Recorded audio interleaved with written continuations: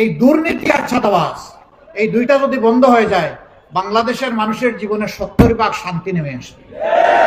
বাকি 30% ইনশাল্লাহ আইন দিয়ে নিয়ন্ত্রণ করা হবে, আইন মানতে বাধ্য করা হবে। অবশ্য প্রেসিডেন্ট, প্রধানমন্ত্রী, মন্ত্রী পরিষদের সদস্য, এমপি তারা কিছুটা আইনের বাইরে থাকবেন, তাই না?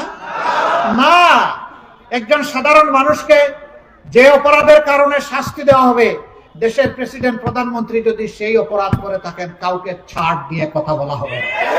সন্তানেরা ঘুমায় পড়ে নাই, তার প্রমাণ হচ্ছে দেশের 5টা বিশ্ববিদ্যালয়।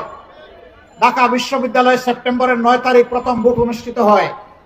এই থেকে শুরু হয়ে আলহামদুলিল্লাহ এদেশের যুবক যুবতীরা সবচেয়ে সেন্সিবল, কনসাস, জ্ঞানী, জানিয়ে দিয়েছে তারা কি চায়।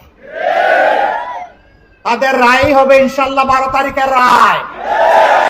যা হয়েছে 5টা বিশ্ববিদ্যালয়ে, আল্লাহ মেহেরবান, ইনশাল্লাহ 56,000 বর্গ মাইলে আগামী 12 তারিখ সেই রায় জনগণ দেখতে পাবে ইনশাল্লাহ।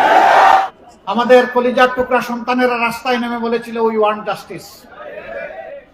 আমরা মহান আল্লাহর উপর ভরসা করে সিদ্ধান্ত নিয়েছি, প্রিয় বাংলাদেশে আমরা ন্যায় বিচার কায়েম করব ইনশাআল্লাহ।